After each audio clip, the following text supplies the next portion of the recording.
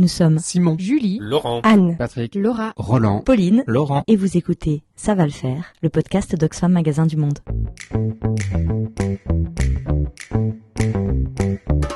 Dans ce podcast, nous explorons et enquêtons sur des sujets qui nous questionnent autour de notre cœur de métier, le commerce équitable.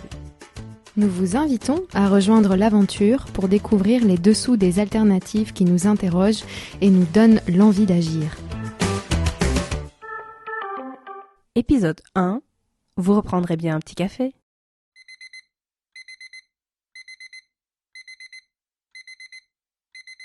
Je m'appelle Pauline, j'ai 29 ans, je travaille pour Oxfam Magasin du Monde et le réveil que vous venez d'entendre, c'est le mien. Je dois vous avouer que je ne suis vraiment pas du matin et que j'ai sacrément la tête dans la farine. Alors je compte bien sur mon petit café pour me réveiller, puis sur le deuxième pour me lancer dans la journée, et sur un troisième après la pause déjeuner pour m'aider à la terminer. Comme j'ai souvent du mal à émerger, j'aime avoir le temps d'attendre devant ma machine à café, l'entendre glouglouter, puis, mon moment préféré, le noyer dans un nuage de lait. Mais ce matin, je regarde mon paquet de café avec un autre œil. Hier soir, je suis tombée sur un documentaire sur le café. Il paraît qu'on doit en cultiver de plus en plus haut à cause des effets des changements climatiques. Du coup, les experts affirment qu'en 2050, il faudra produire le double du café sur un nombre de terres réduit de moitié. Alors c'est un réveil pas très agréable.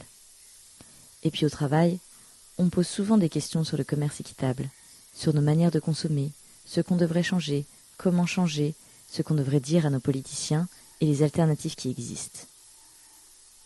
Alors aujourd'hui, c'est à mon tour de me poser des questions. Et je me demande, c'est quoi en fait l'impact écologique du commerce sur le café ?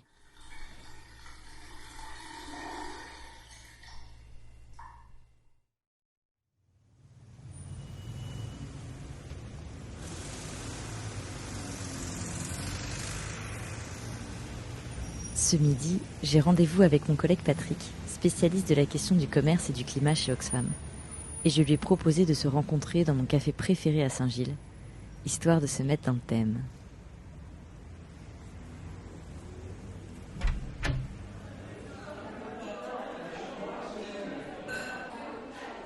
Alors moi je me demandais, Patrick, c'est quoi exactement l'impact climatique de mon café que je bois le matin ?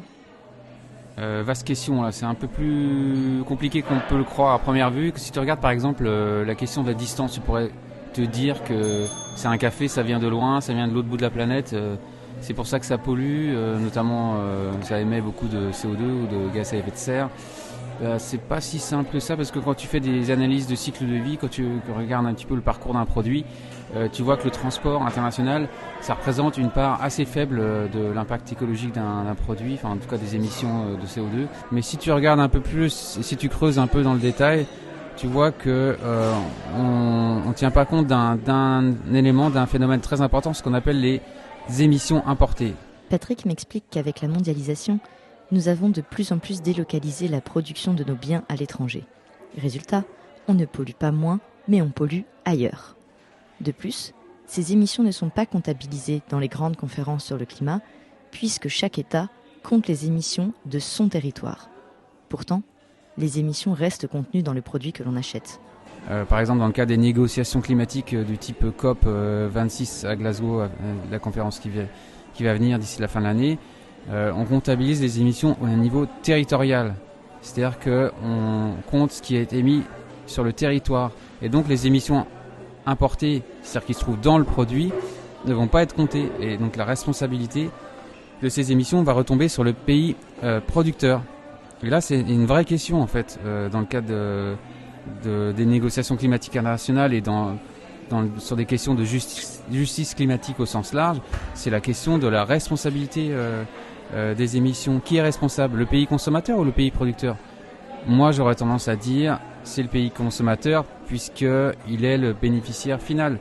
Et donc là, on a vraiment une vraie question de justice climatique et de responsabilité climatique. Ok, je comprends un petit peu mieux, mais concrètement, moi, en tant que consommatrice, qu'est-ce que je peux faire ? Est-ce que je devrais arrêter de boire du café et est-ce que ça va pas plutôt pénaliser les petits producteurs ? Arrêter le café, ouais, pourquoi pas. Après, je connais beaucoup d'addicts au café, peut-être que tu en fais partie, qui ont besoin de leurs 3-4 tasses par jour. Donc je suis pas sûr que c'est la bonne solution. Et puis par ailleurs, faut se souvenir que acheter du café, ça permet à des pays producteurs de café de vivre, des petits producteurs de vivre, via le café qu'on leur achète.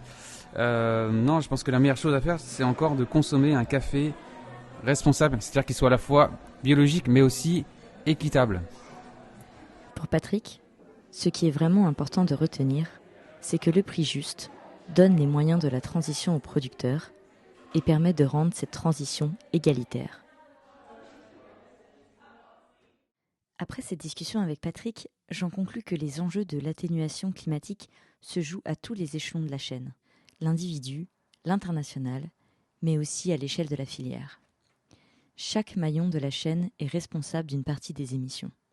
Pour en savoir un peu plus, je décide de m'entretenir avec Douchka, directrice de la communication chez Fairtrade Belgique et fine connaisseuse de la filière café.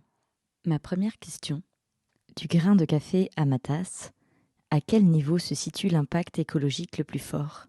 C'est au niveau des pratiques agricoles qu'il y a le plus d'émissions CO2. 63% sur la totalité de la chaîne de production, ce qui est assez énorme en fait. Donc qu'est-ce qu'il faut regarder ? C'est comment est-ce que le café est produit. L'utilisation de la terre contribue à 22% sur sa chaîne de production. Ensemble, ça contribue à 85% des émissions carbone. Quand on rajoute le packaging, on arrive à 95% des émissions carbone. Douchka me précise aussi que les impacts écologiques sont accentués au niveau des grandes plantations, car elle pratique la monoculture, avec beaucoup de pesticides et d'engrais chimiques. Je lui ai donc demandé de me parler de l'adaptation du café au dérèglement climatique. Alors le secteur du café va vraiment être obligé de s'adapter au changement climatique parce que le café est très sensible aux variations climatiques. Il peut être cultivé autour d'un certain périmètre de l'équateur et à peu près à 1000 mètres d'altitude. Un peu plus chaud, un peu plus froid et ça change tout pour le café et pour la récolte. Si le café est très sensible au dérèglement climatique, quelle est alors la marge de manœuvre des producteurs pour y faire face ? Il y a d'une part ce que le réchauffement climatique impose aux producteurs et ce que les producteurs eux-mêmes peuvent faire pour limiter leur empreinte. Une des choses aussi qu'on retrouve beaucoup chez les petits producteurs, c'est le fait qu'ils sont dans une démarche beaucoup plus écologique où par exemple, au lieu d'utiliser des engrais chimiques, eh bien, on va créer des engrais naturels à partir de la pulpe de la baie de café. Tout dans le café peut être réutilisé. Et si les modes de production ont un impact écologique fort, comment devons-nous agir pour aider les producteurs à s'adapter ? Eh bien, c'est sur le choix des produits en fonction de comment ils ont été cultivés, comment est-ce qu'ils ont été produits, les modes de production agricole. C'est là où se trouve vraiment la clé et aussi le prix qu'on veut bien concéder aux producteurs tout en amont de la chaîne. Parce que les deux vont ensemble. Il est impossible de croire, c'est vraiment une erreur de croire que on va pouvoir lutter contre le réchauffement climatique en payant rien du tout à un producteur qui se retrouve avec des revenus qui ne couvrent même pas ses frais de production. Pour clôturer l'entretien, j'ai demandé à Douchka ce qu'elle pensait de l'avenir de la filière. Et est-ce que nous pourrions arriver à créer une filière 100% équitable sans pour autant impacter notre consommation ? Eh bien, je ne sais pas lire dans le marc de café, mais j'ai envie de dire oui. Je crois fermement en une filiale 100% équitable pour le café, parce que je ne crois absolument pas à la durabilité du système conventionnel qui s'épuise, qui épuise les sols, qui épuise les humains. Je dirais même, il n'y a pas d'autre solution. Si on veut boire du café encore pendant les siècles à venir, commençons déjà par payer correctement les producteurs tout en amont de la chaîne, parce qu'avec ça, ils vont pouvoir s'adapter eux-mêmes et plus investir dans des pratiques agricoles durables, plutôt que de donner raison à des grandes plantations qui épuisent nos sols et émettent énormément d'émissions CO2. Voilà qui me rassure. Boire du café, oui, mais pas n'importe lequel. Un café bio, équitable et produit dans le respect des conditions de travail et de l'environnement. Sur le chemin du retour, j'en profite pour me racheter un paquet de café. 3,35. Et voilà, super, merci beaucoup.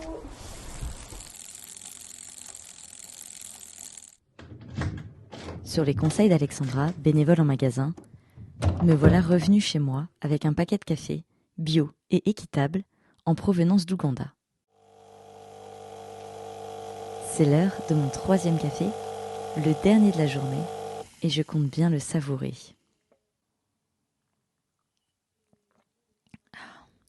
Je me laisse transporter en regardant le fond de ma tasse.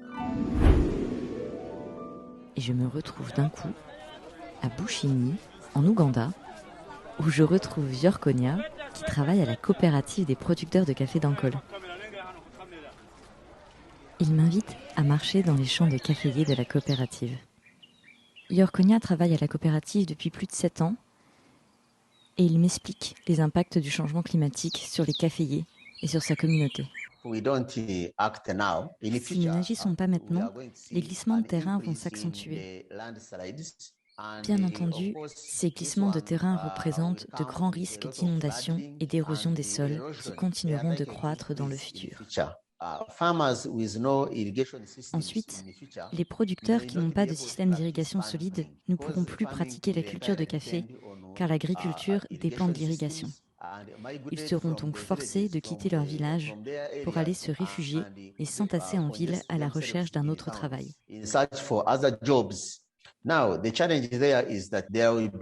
Un autre challenge qui nous attend est celui de la pénurie de nourriture, qui causera des morts et des famines, car les réserves de nourriture dépendront des agriculteurs qui ont des systèmes d'irrigation.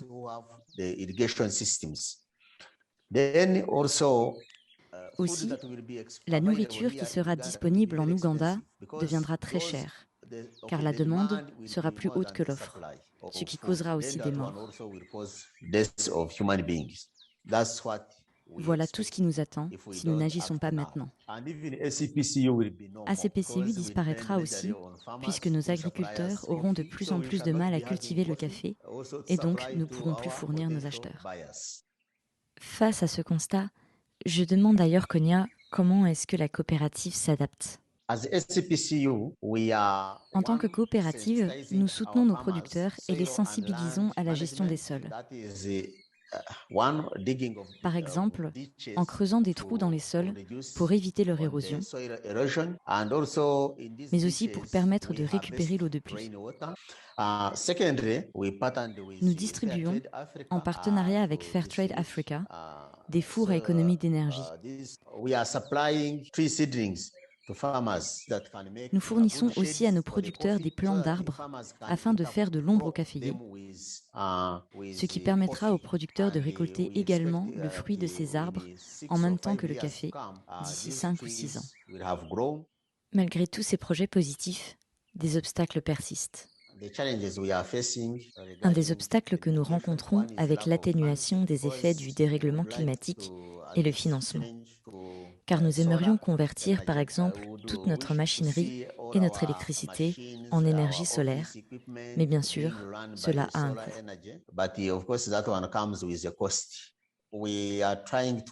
Pour les fours à économie d'énergie, nous essayons d'en construire et d'en distribuer un maximum pour que nos producteurs puissent tous en bénéficier. Mais le manque de financement nous limite dans notre ambition. La plupart de nos producteurs utilisent les premiums du commerce équitable pour atténuer les effets du dérèglement climatique. Avant de partir, Yorkonia souhaite adresser un message aux acheteurs européens.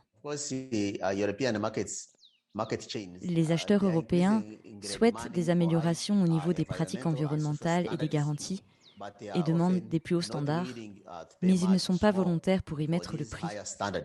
So I think if the differential could increase, Si les premiums du commerce équitable augmentent, nous pourrons plus facilement nous adapter au dérèglement climatique. De retour dans ma cuisine, j'ai la tête bien remplie. Comprendre ce qui nous lie dans les produits que nous consommons au quotidien. Voilà une des recettes pour une consommation responsable, plus sobre et de meilleure qualité. L'impact de la consommation d'un produit venant de loin sur le climat dépasse la seule question du transport des marchandises.